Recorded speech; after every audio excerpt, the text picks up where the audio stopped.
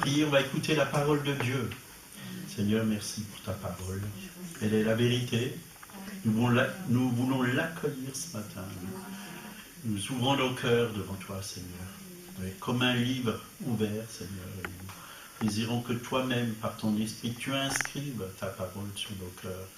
Et que nous puissions vraiment la recevoir et la garder, Seigneur. Et la mettre en pratique surtout. Merci Seigneur pour ta parole, c'est vraiment un trésor, un cadeau que tu nous as fait. Gloire à toi, tu t'es révélé à nous au travers de ta parole, par le Saint-Esprit. Louange à toi. Père, au nom de Jésus. Amen. Amen. Amen. Donc ce matin, j'aimerais vous parler comment passer de la peur à la foi, de la crainte à la foi. Parce qu'on est dans des temps où beaucoup ont peur, surtout dans ce monde. Dans ce monde, encore hier je travaillais, puis je me promenais au chantier, puis je suis passé devant quelqu'un, puis il a poussé un cri, il a eu peur. Je lui ai dit, mais n'aie pas peur, c'est moi. Et ça arrive souvent comme ça, je me promène, et puis je passe devant des gens, puis les gens crient. Il y a beaucoup de peur chez les gens, et même chez les chrétiens, il y a beaucoup de peur. Toutes sortes de peurs. Et Dieu veut qu'on se débarrasse de toutes ces choses. Peur de sortir, d'être agressé, peur des attentats, peur d'attraper une maladie incurable. Il y a toutes sortes de peurs. Peur du lendemain, peur de perdre notre emploi. Et on pourrait en citer, il y a tellement de peurs. Peur que le couple ne fonctionne plus, qu'il y a quelque chose qui ne va plus. Et ainsi de suite, peur que nos enfants dévient, et ainsi de suite. Et la Bible nous dit, justement, dans 2 Timothée 1, verset 7, « Car ce n'est pas un esprit de timidité que Dieu nous a donné, mais un esprit de force, d'amour et de sagesse. » Vous savez, la timidité est souvent l'expression de la peur. On est timide. On n'ose pas témoigner, on n'ose pas parler de Jésus autour de nous. Et parce qu'on a peur. On a peur au fond de nous-mêmes. Mais je crois que vraiment, Dieu vraiment veut nous délivrer de toute peur, de toute crainte. Et c'est vrai que la peur, comme la foi, c'est comme des aimants. Vous savez ce que c'est un aimant, ça attire. Et la Bible, elle parle beaucoup de la peur, mais elle parle aussi beaucoup de la foi. En tout cas, il est écrit 366 fois dans la Bible, ne crains point, ne crains pas. Il y a tellement de versets, je voulais en prendre quelques-uns, mais je ne l'ai pas fait parce que c'est pas le but. Nous ne devons pas avoir peur. Nous ne devons pas avoir peur. Parce que quand on a peur, ça bloque la foi. D'ailleurs, la peur, c'est l'inverse de la foi. Dans le jardin d'Éden, la peur n'existait pas. Adam et Ève faisaient totalement confiance à Dieu. La peur, elle est venue tout de suite, au tout début, quand Adam et Ève ont péché. Il a eu peur et il s'est caché. Par la peur, on se cache. Ils se sont cachés derrière les arbres. Et on peut se cacher derrière plein de choses parce qu'on a peur. Derrière du maquillage. Parce qu'on a peur qu'on voit nos visages, qu'on voit nos souffrances. On peut se cacher devant plein de choses, derrière plein de choses. Mais devant Dieu, on ne peut pas se cacher. Et Dieu voit nos cœurs. Et il voit ce qu'il y a à l'intérieur de nous. Il voit s'il y a de la crainte. Mais il voit aussi s'il y a de la foi. La peur attire toutes sortes de choses. Et la Bible nous encourage à porter vraiment nos craintes au pied de la croix. Parce que Jésus veut vraiment nous en délivrer. Jésus a payé pour nous à la croix. Il veut qu'on se débarrasse de toutes ces craintes. Dans 1 Pierre 5, versets 8 et 9, il est dit « Soyez sobres, veillez ». Soyez sobres, veillez. Votre adversaire, le diable, rôde comme un lion rugissant. Le diable rôde comme un lion rugissant, cherchant qui il dévorera. Cherchez à dévorer. Il a faim. Il veut dévorer quelqu'un. Résistez-lui avec une foi ferme, sachant que les mêmes souffrances sont imposées à vos frères dans le monde. Vous voyez, on ne doit pas se décourager, on ne doit pas se laisser aller dans les pensées que l'ennemi met en nous, et il veut mettre des frayeurs en nous. La foi, lui résister avec une foi ferme. La foi, c'est la clé de la victoire sur les attaques de l'ennemi. Dieu cherche un peuple, pas qui est rempli de crainte, mais qui est rempli de foi. De foi. Et avec la foi, petit comme un grain de sénévé, on peut déplacer des montagnes. Des montagnes. Toutes les montagnes de peur, on peut les déplacer. Parce que le plus fort est avec nous, le plus grand est avec nous, le plus puissant, celui qui nous aime est avec nous. Et ça, c'est merveilleux. Et alors, on peut voir vraiment que Job, il a appris une belle leçon. Et dans Job 3, verset 25, il a dit « Ce que je crains, c'est ce qui m'atteint. Et c'est ce qui m'arrive. Ce que je redoute, c'est ce qui m'atteint. » Voyez. Et je crois que nous devons veiller, vraiment. Il y a souvent des pensées, vous embrassez quelqu'un qui a le rhume, ou la grippe, oulala, je vais attraper. En fin de compte, puisque je vais l'attraper, je l'attrape. Puisqu'on l'attrape comment? Avec la main de la crainte. Mais avec la main de la foi, tu peux aussi attraper autre chose que le rhume et la maladie. Alors nous devons veiller à notre façon de penser, de voir ce que je crains, c'est ce qui m'arrive. Il a compris. Parce que Job est passé par toutes sortes de malheurs. Il a souffert. Tout le monde était contre lui. Et lui-même, il ne savait pas vraiment ce qui lui arrivait. Mais il a appris vraiment une leçon. Ce que je redoute, c'est ce qui m'atteint. Je n'ai ni tranquillité, vous voyez, la peur, on n'est pas tranquille. Quand vous avez peur, vous n'êtes pas en paix. Vous n'êtes pas en paix. Même la nuit, pour dormir, c'est difficile quand on a peur. Je n'ai ni tranquillité, ni paix, ni repos. Et le trouble s'est emparé de moi. Le trouble, il était troublé. La peur, ça trouble les gens. Vraiment, ces derniers temps, il n'y a pas longtemps, on était à la boulangerie, puis j'ai su que cette jeune boulangère était malade et que quelqu'un l'a remplacée. Et quand elle est revenue, je lui ai dit « Alors, vous étiez malade, ça va mieux ?» Elle m'a dit « Non, j'ai des peurs, j'ai des craintes. » Vous voyez, l'ennemi met des peurs et des craintes. Et on lui a donné notre livre. Puis maintenant, elle va mieux. Ce matin, Monique l'a vue. Elle va mieux. Elle va mieux. Donc, Job avait peur. Et moi aussi, dans ma vie, j'ai déjà eu des peurs. Et je pense que vous, tous, vous en avez aussi eu. Mais Dieu désire que nous ne marchions pas par la peur, mais par la foi. Le remède à la peur, c'est la foi. Donc, c'est la foi en l'envers, la crainte. C'est la foi en l'envers. Vous voyez, c'est comme la haine, c'est de l'amour en l'envers. C'est Satan, il prend l'amour, il la pervertit. Voyez. C'est le contraire de la foi. La peur, c'est le contraire de la foi, ou la crainte.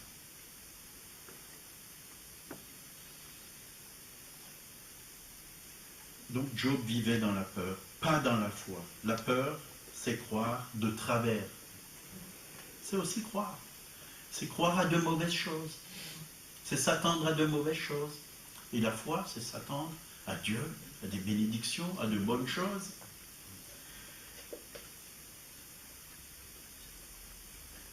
Il avait peur que tout ce qu'il avait, Job, Dieu allait lui le reprendre.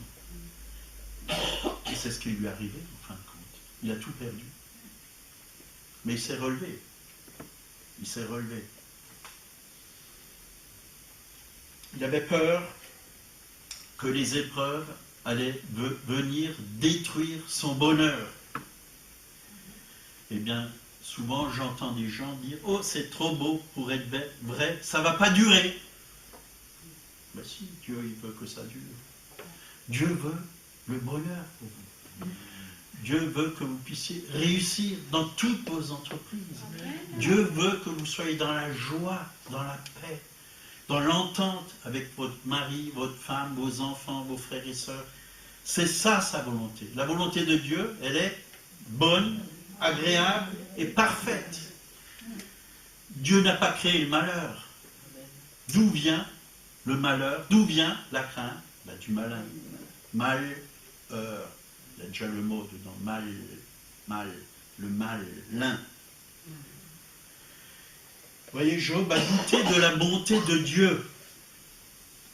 Et nous devons veiller à ne pas douter de la bonté de Dieu. Dieu est bon. J'entends pas d'amen. Dieu est très bon. Amen. Le diable est mauvais.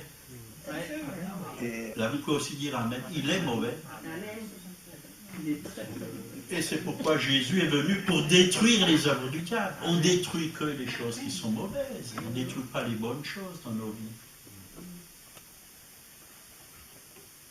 Vous voyez, dans le jardin d'Éden, le diable, qu'est-ce qu'il a fait? Il a semé le doute dans le cœur d'Adam et Ève. Et le premier péché de l'homme consistait à douter de la parole de Dieu et de la bonté de Dieu. C'est pourquoi il a pris de l'arbre de la connaissance du bien et du mal. Parce que le diable a fait douter Adam et Ève. Il a dit qu'il leur a fait croire que c'était bon et que Dieu leur cachait quelque chose. Donc Dieu est bon, totalement bon. Et on peut voir ça dans 3 Jean, donc les épîtres, verset 2. Là, il nous a dit bien-aimé, vous voyez, déjà, au travers de Jean. Bien-aimé, Dieu nous appelle bien-aimé, pas mal aimé, bien-aimé. Je souhaite que tu prospères à tout égard, prospère à tout égard, et sois en bonne santé, comme prospère l'état de ton âme. Oui, vous voyez, ça c'est le souhait de Dieu. Ce souhait que Dieu, il a été mis dans le cœur de Jean. Et il l'a écrit dans ce livre. Pour nous, pour vous, pour moi. Ça c'est la volonté de Dieu. Dieu veut nous sauver, nous guérir, nous faire prospérer, nous bénir. C'est ce qu'il aime et c'est sa nature. C'est sa nature. Nous qui sommes méchants, parfois, nous savons donner de bonnes choses à nos enfants. À plus forte raison, notre Père céleste nous donnera-t-il pas de bonnes choses. Nous qui sommes ses enfants, ses bien-aimés. Donc nous bénir, nous faire prospérer, nous guérir, c'est conforme à son profond désir. C'est ce que Dieu désire pour chacun d'entre nous. Et Jésus a déclaré de sa bouche, dans Luc 9, verset 56, « Car le Fils de l'homme est venu, non pour perdre les âmes des hommes, mais pour les sauver. » Voilà pourquoi Jésus est venu. Pour les sauver. Le mot sauver, c'est sozo en hébreu. On en a déjà parlé, mais c'est bon de réécouter. Parce qu'il faut que ça Ça pénètre bien notre cœur. En hébreu, sozo ou sauver, garder sain et sauve, délivrer du danger ou de la destruction, guérir, redonner la santé, délivrer des peines du jugement. Waouh! N'est-ce pas merveilleux ce que Dieu désire pour chacun d'entre nous? Moi, souvent, le Seigneur me donne cette parole. L'ange de l'Éternel campe autour de ceux qui le craignent et les arrache au danger. Et je peux vous dire, 32 ans d'entreprise, jamais eu d'accident de travail. Je ne suis jamais tombé d'un échafaudage, ni d'une échelle. J'étais toujours gardé, protégé, même pas coupé avec un cutter ou quoi que ce soit. Mais vraiment, je peux vous dire, Dieu m'a gardé, Dieu m'a donné la santé et les forces pour travailler. Amen.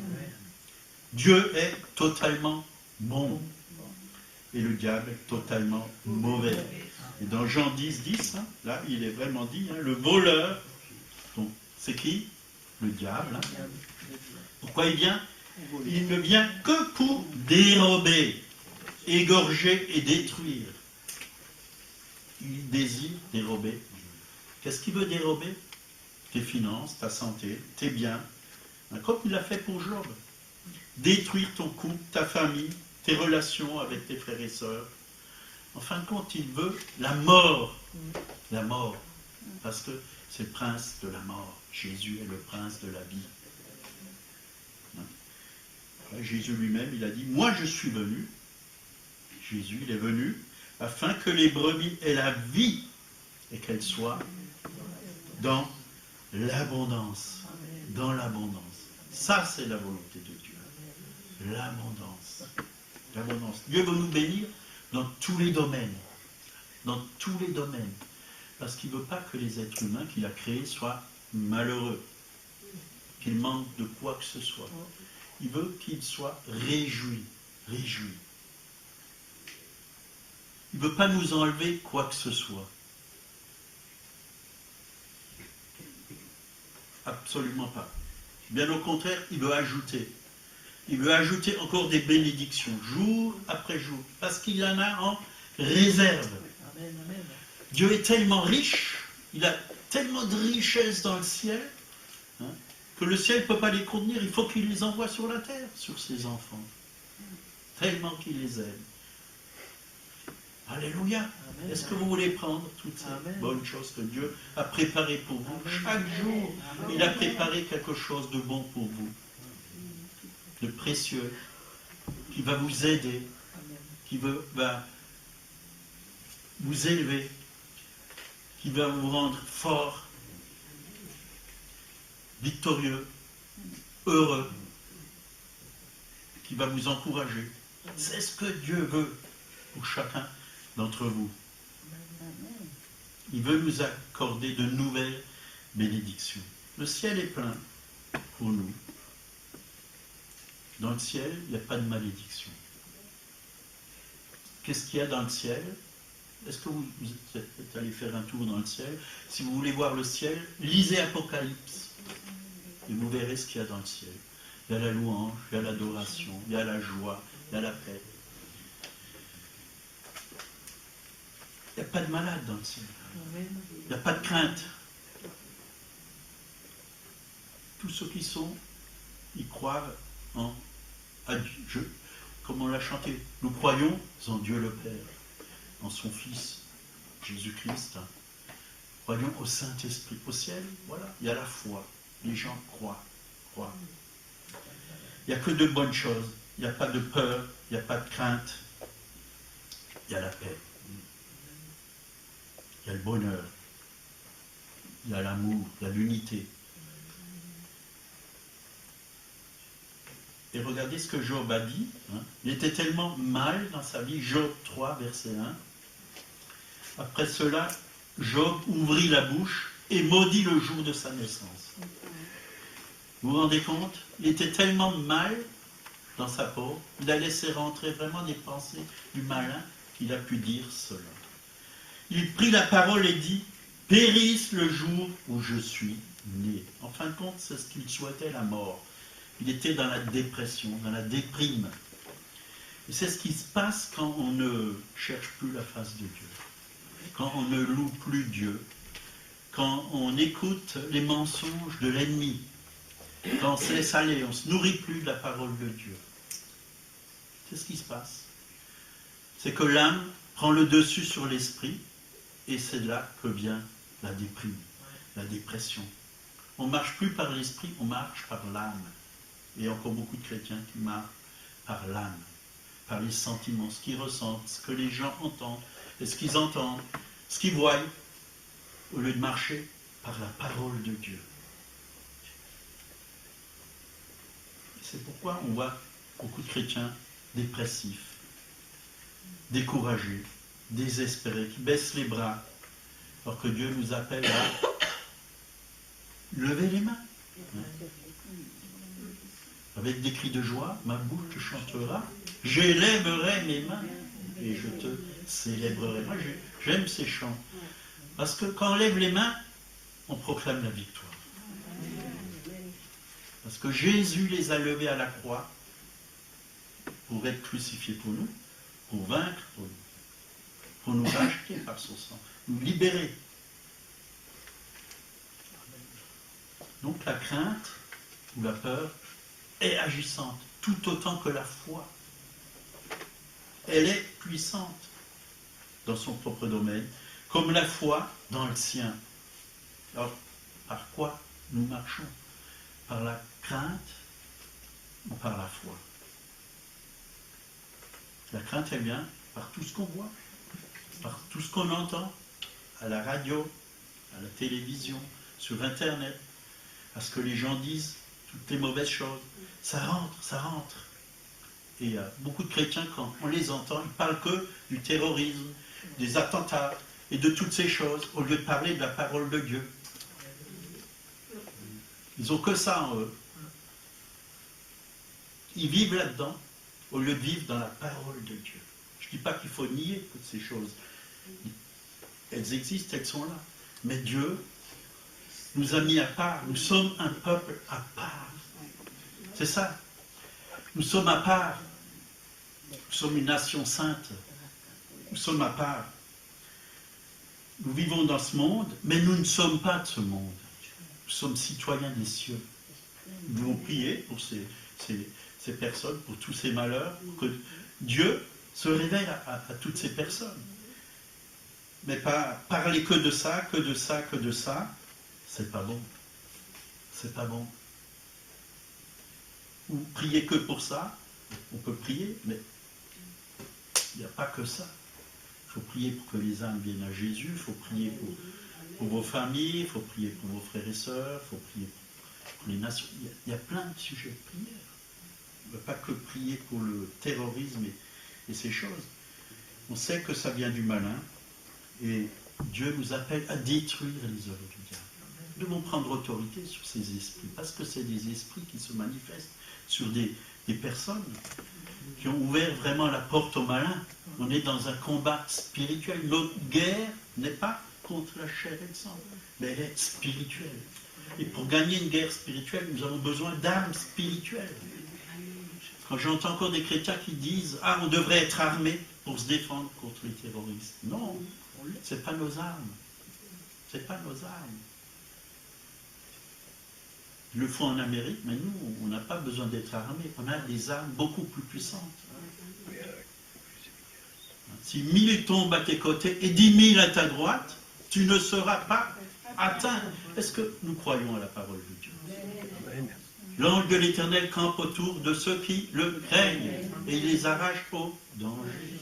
Moi, plusieurs fois, j'ai vu le Seigneur m'arracher au danger. Des voitures qui m'ont frôlé, boum, mais tout à l'heure. Je dis, oula, là, il y avait un ange.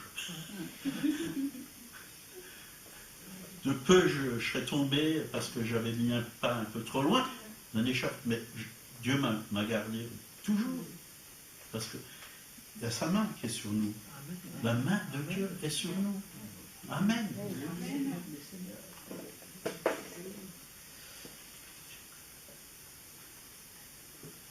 La foi, ou le fait de croire comme il faut, domine sur la crainte. dans la même mesure que la lumière domine sur l'obscurité.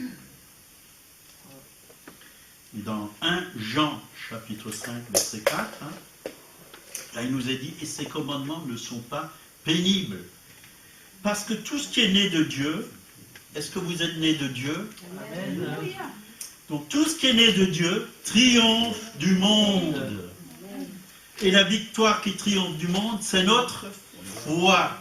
Vous voyez, la foi, c'est quelque chose de précieux. De précieux.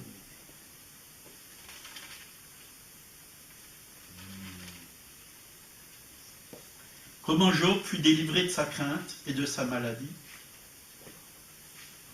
Alors là, on peut voir, il avait compris. C'est pourquoi il dit dans Jean 3, 25, ce que je crains, c'est ce qui m'arrive, ce que je redoute, c'est ce qui m'attend. Il l'a compris, sinon il ne l'aurait pas dit. Job résolut de triompher de cette crainte qu'il avait tenaillée. Donc il est sorti de cette crainte, il est sorti de ses malheurs, il a admis ses peurs, ce que je crains, c'est ce qui m'arrive, il a confessé ses peurs. Et dans Job 23, 10, il dit, s'il m'éprouvait, je sortirais comme l'or. Vous voyez? Il était dans l'épreuve de sa foi. C'est-à-dire, il a réalisé qu'il ne marchait pas dans la foi et qu'il avait besoin vraiment de combattre le combat de la foi. Job fut amené à comprendre que sa foi était mise à l'épreuve. Et vraiment, Job est passé par des tests. Il avait toutes sortes d'épreuves. Il est passé par des tests. Et c'était vraiment un défi pour lui. Et au travers de ces tests, sa foi a été polie, affermie.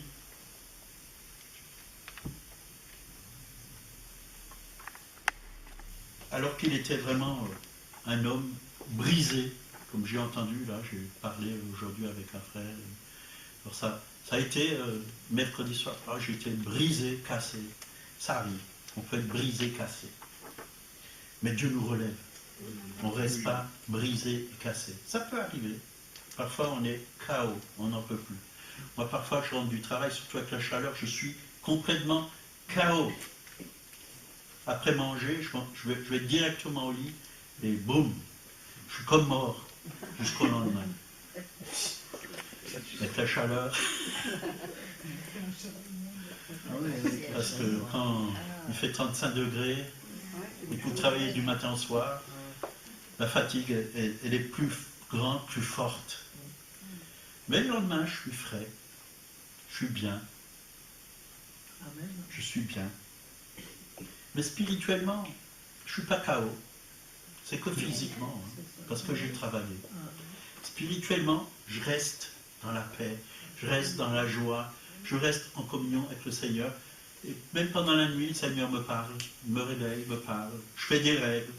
Ces derniers temps, je fais pas mal de rêves, et de bons rêves qui viennent de lui. Et j'aime. J'aime parce que je sais que le Saint-Esprit est là pendant la nuit. Le Saint-Esprit est là.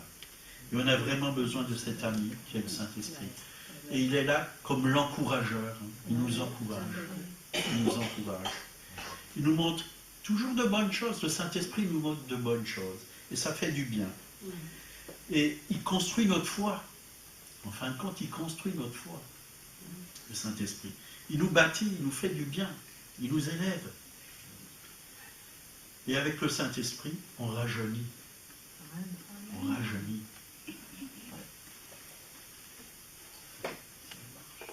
Et là, vraiment, l'apôtre Pierre, dans 1 Pierre, chapitre 1, versets 6 à 10, il nous est parlé de la foi. C'est là ce qu'a fait votre joie. Quoique maintenant, puisqu'il faut, vous soyez attristés pour un peu de temps par diverses épreuves. Vous voyez, il y a des épreuves. Afin que l'épreuve de votre foi, plus précieuse que l'or périssable, qui cependant est éprouvé par le feu, est pour résultat la louange, la gloire et l'honneur, lorsque Jésus-Christ apparaîtra, lui que vous aimez sans l'avoir vu, en qui vous croyez, sans le voir encore, vous réjouissant d'une joie ineffable et glorieuse, parce que vous obtiendrez le salut de vos âmes pour le prix de votre foi. Hein, le chrétien est appelé à marcher par la foi. Non par la vue, mais par la foi. Par la foi. Et il y a Dieu permet des épreuves dans notre vie pour que nous puissions mettre notre foi en action. En action. Dieu permet des problèmes, des petits, ça va, mais quand il y en a des gros qui viennent, hein, nous devons, je me mets avec, nous mettre notre foi en action. Parce que Dieu est plus grand que nos problèmes. Il est le Dieu des solutions. Il est le Dieu des miracles. Il est le Dieu des délivrances. Il agit. On a un Dieu vivant et puissant. Et vraiment, Job, il a compris cela, qu'il devait mettre sa foi en action.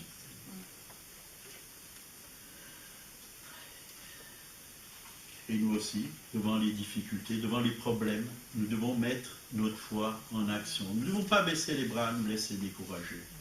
Et nous laisser écraser par les problèmes. Hein, je pense à Shadrach, Meshach, Abednego. Hein, ils étaient dans la fournaise. Et qu'est-ce qu'ils ont vu? Cette chaleur a été chauffée, je ne sais pas combien de degrés. Hein. Même en jetant quelqu'un, là, tellement que c'était chaud, vous brûlez instantanément. Qu'est-ce qu'ils ont vu? Ils ont vu un 4e homme au milieu de la fournaise, vivant, comme un fils de Dieu, hein, je crois que c'est marqué. Vous voyez, Dieu est avec nous dans l'épreuve. Dieu est avec nous dans la fournaise. Et là, on peut voir que Dieu, vraiment, nous garde. Le soleil ne te brûlera point. Les eaux ne te submergeront point. Dans la fosse au lion, c'était Daniel qui était dans la fosse au lion. Dieu a fermé la gueule des lions. Et autour de vous, il y a des lions. C'est-à-dire des gens qui veulent raconter des mensonges. Hein, et Dieu va leur fermer leur gueule contre vous. Dieu va fermer leur gueule. Dieu va fermer leur gueule. C'est gros mot, hein, mais bon. Parce que le malin, c'est comme un lion, on l'a lu avant, un lion rugissant, cherchant qui. Il y a des gens qui veulent nous dévorer, qui sont inspirés par Satan. Ils veulent notre mal. Et dès qu'un malheur nous arrive, ils vont se réjouir. Mais Dieu ne permettra pas si vous restez dans la foi. Nous devons vraiment proclamer la victoire. Et Dieu va fermer la gueule des menteurs, des lions qui sont autour de nous. Des gens ténébreux qui sont autour de nous.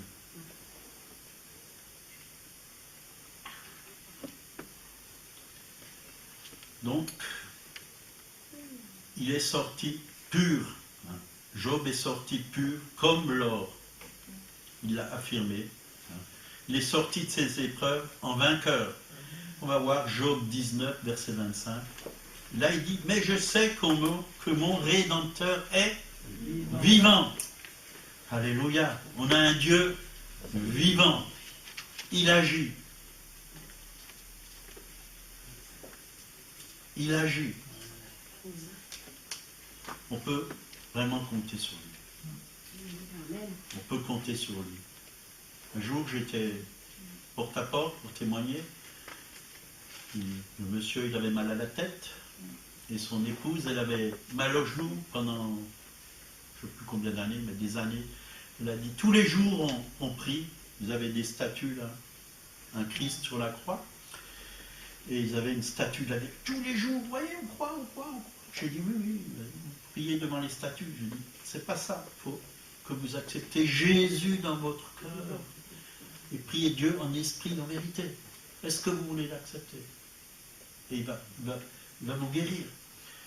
Et ils ont dit oui. J'ai fait la prière du salut avec eux, ils ont répété avec moi la prière, ils ont confessé leurs péchés, puis Dieu les a visités, puis on a chassé ces douleurs, ils sont instantanément partis. Amen. Les migraines qu'il avait, instantanément partis, et le genou instantanément guéri. Amen. Oui. Et pendant des années, devant les statues, l'eau bénie, ça n'a pas marché. Ça n'a pas marché. Mais c'est la lumière qu'ils ont eue, la religion. Il faut les aimer, ces gens. Amen. Là, ils étaient bien ouverts, et voilà. Je dis, est-ce que vous voulez me donner ces statues pour qu'on les jette à la poubelle? Ils ont dit oui, ils ont emmené, cassé tout ça. Poubelle, fini. Et après, j'ai eu une belle lettre, comme quoi ils se sont attachés à une église évangélique dans la région. Gloire à Dieu. Gloire à Dieu. On a un Dieu vivant, qui agit, qui sauve, qui libère, qui guérit, qui pourvoit. C'est ça la foi. C'est ça la foi. Et je crois que vraiment nous avons besoin de mettre notre foi en action, en toute chose, en tout temps. Vous voyez, je suis rentré de l'école biblique, je n'avais pas un sou dans ma poche. J'ai cherché un appartement, j'ai cherché du travail, j'ai cherché une voiture, je n'avais pas un sou. Mais j'ai tout eu en une semaine. Mais pas le garagiste y croyait. Il a dit, cherchez d'abord un travail, puis si vous voulez acheter la voiture. Je suis allé chez une dame, il me fallait un appartement, je suis chez une dame. Non, j'en ai viré un il y a juste la semaine dernière. J'ai dit que je ne louerais plus mon appartement, meublé en plus. Alors j'ai dit, écoutez, je vais donner mon témoignage. Je dis, ok, si vous avez du travail, demain vous avez l'appartement. Le même jour, je suis allé voir un artisan peintre, j'ai trouvé du travail, je suis allé chez la dame, tout de suite l'appartement, je suis allé au garage et j'ai eu la voiture. Tout est venu. Parce que je croyais tout simplement. Au moment quand j'ai vu la voiture, j'ai tourné autour d'elle et j'ai dit, je la prends par la foi, elle est à moi. Et j'ai eu mon prêt pour la voiture. Sans travail. Sans travail. Et après, j'ai eu du travail. Je peux vous dire que Dieu est bon. Parce qu'après, Dieu a ouvert toutes les portes pour tout. Pour le mariage, pour un appartement plus grand. Pour les meubles, tout est venu, selon les prières, un frigo est venu, une table est venue, une armoire est venue, tout est venu selon la demande. C'est ça la foi.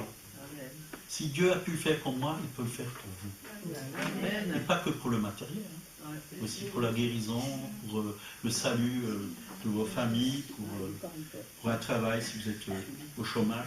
Dieu peut le faire. Et je n'ai manqué de rien. On m'a même volé 3 roues de ma voiture. Et la 4e à Monique, on était encore célibataires.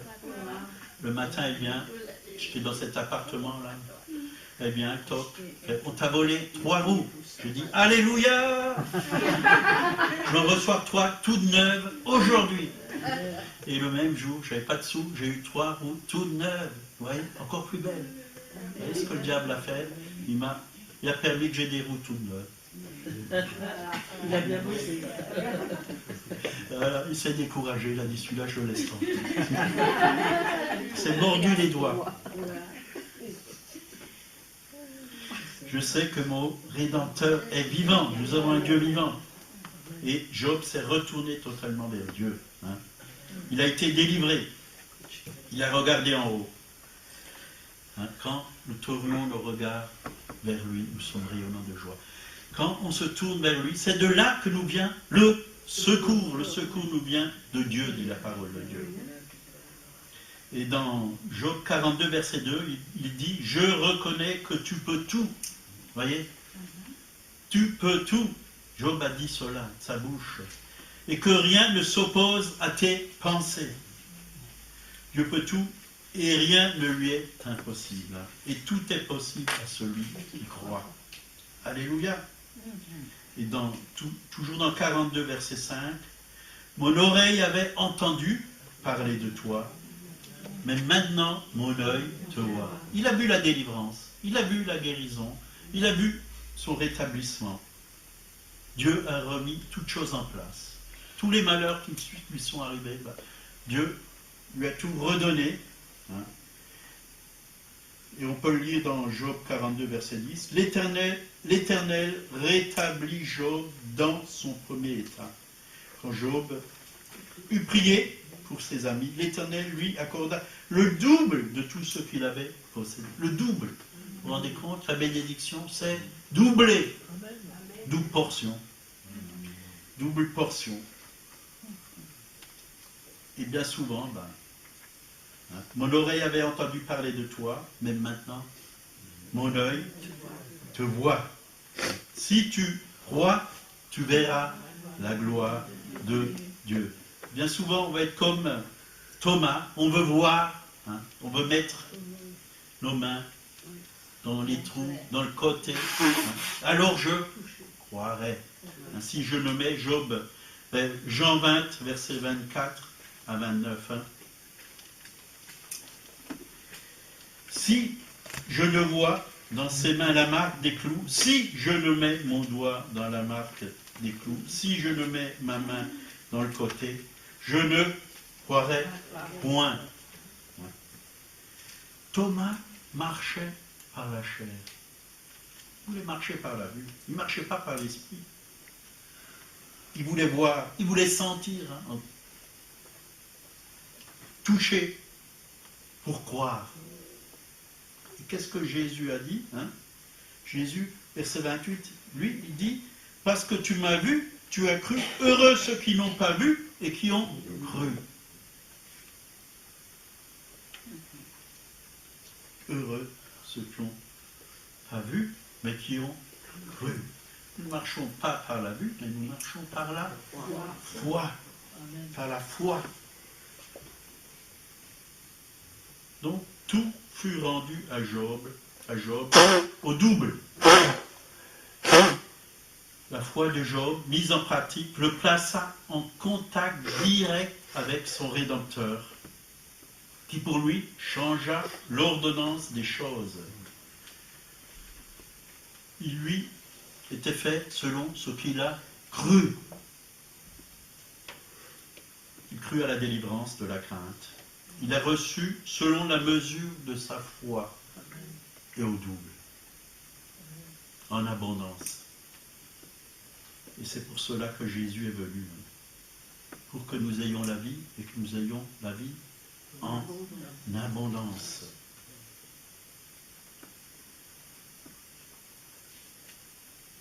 On va encore lire,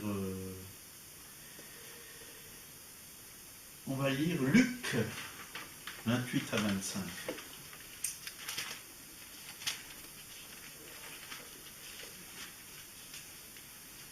Luc 8, plutôt 22 à 25, excusez-moi. Non, ça n'existe pas. Luc 8.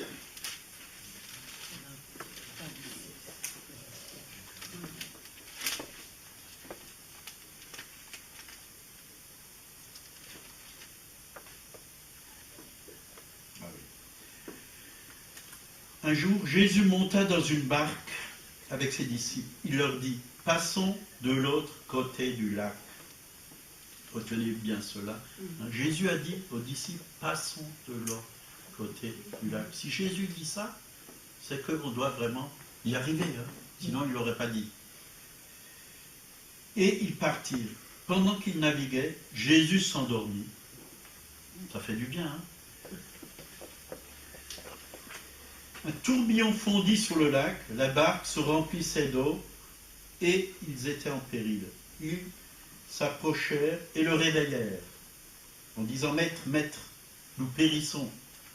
S'étant réveillé, il menaça le vent et les flots qui s'apaisèrent et le calme revint. Puis il leur dit « Où est votre foi ?» Saisis de frayeur et d'étonnement, ils se disaient les uns aux autres, quel est donc celui-ci qui commande même au vent et à l'eau et à qui ils obéissent. Vous voyez? Jésus était tranquille. Il savait que tout allait bien se passer, qu'il pouvait passer de l'autre côté. Passons à l'autre bord. Il savait que, puisque le Père, il faisait que ce que le Père lui disait de faire. Il savait qu'il pouvait aller de l'autre côté, quoi. Mais les disciples, qu'est-ce qu'ils ont fait? Ils ont cru qu'ils allaient périr. Maître, hein. Et deux fois, ils l'ont réveillé. Ils avaient tellement peur. Ils l'ont réveillé. Maître, nous périssons. Oui, ils étaient dans la crainte. Ils n'étaient pas dans la foi. Pourtant, ils ont vu Jésus qui vivait avec sa foi, qui faisait de grands miracles.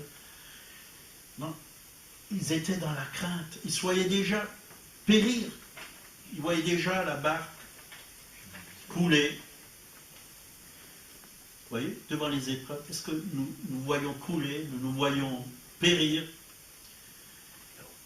Alors Jésus leur a dit simplement, où est votre foi? Lui, il a exercé la foi que eux, ils auraient dû exercer.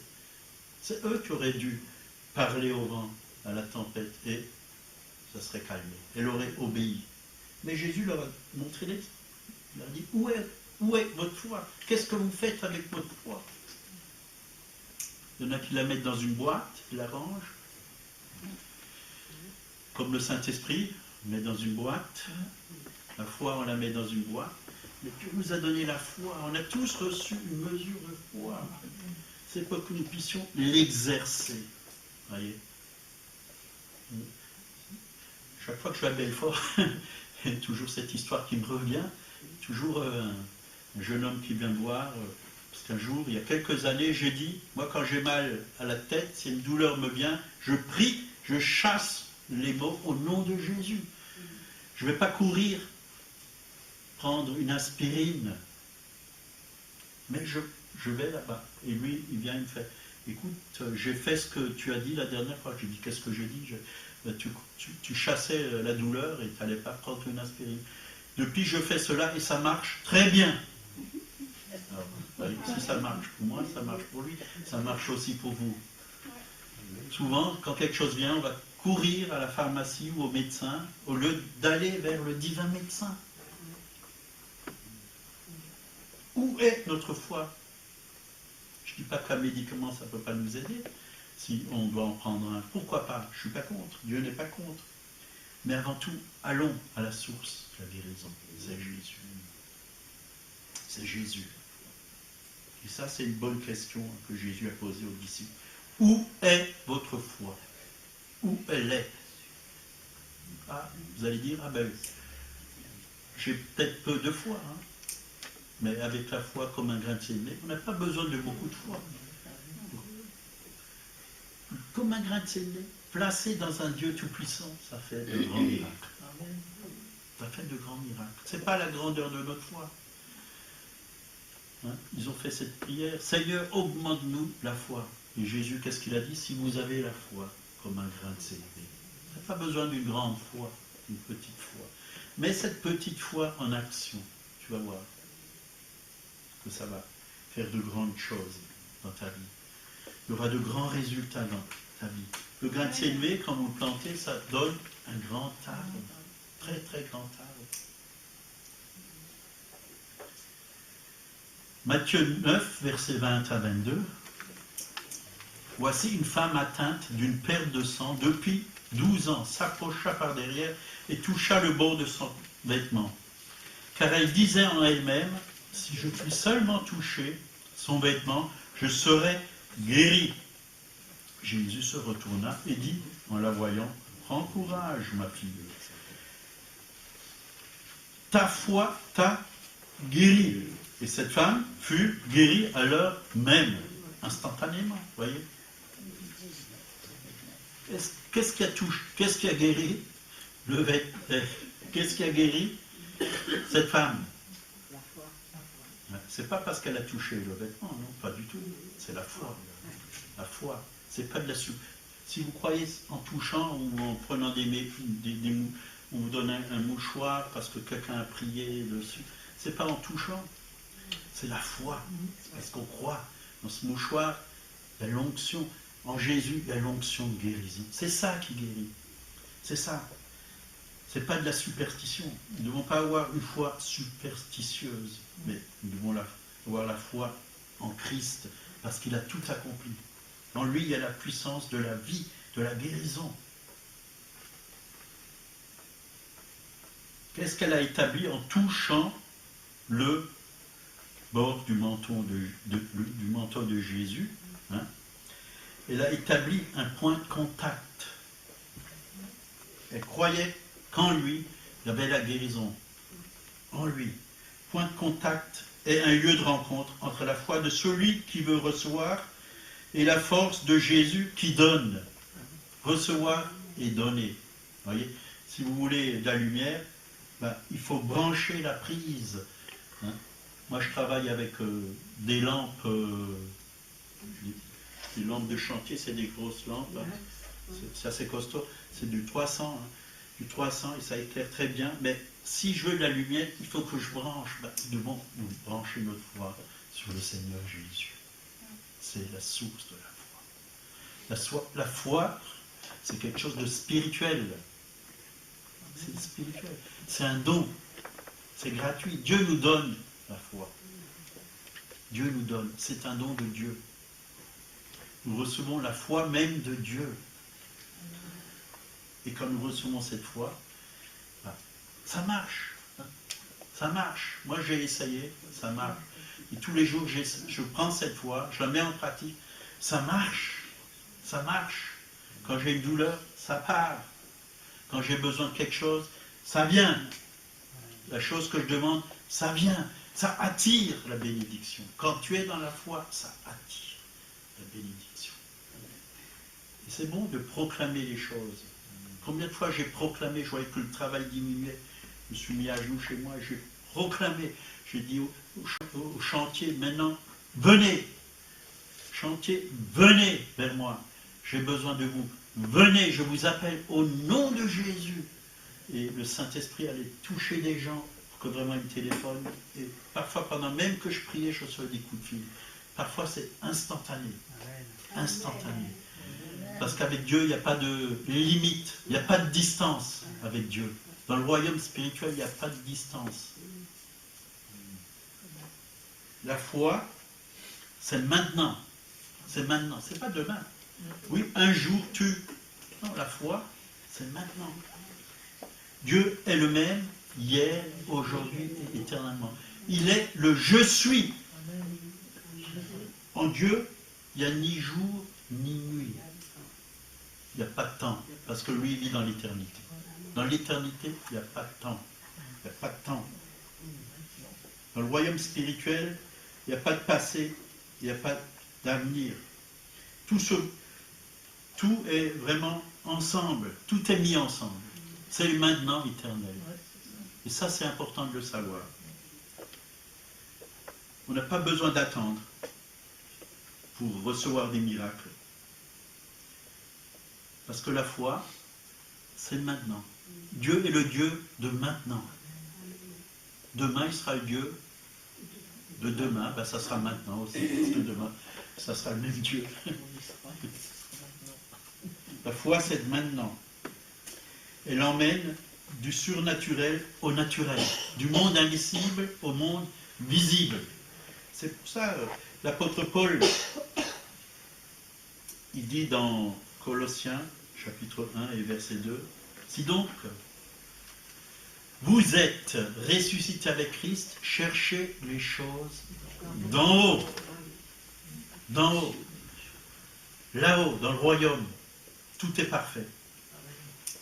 Il y a tout pour vous. Dieu a préparé une vie totalement parfaite pour vous, déjà sur cette terre. Comprendre tout ce que Dieu a préparé pour nous. Cherchez les choses d'en haut, où Christ est assis à la droite de Dieu. Affectionnez-vous aux choses d'en haut et non à celles qui sont sur la terre. Dans l'invisible.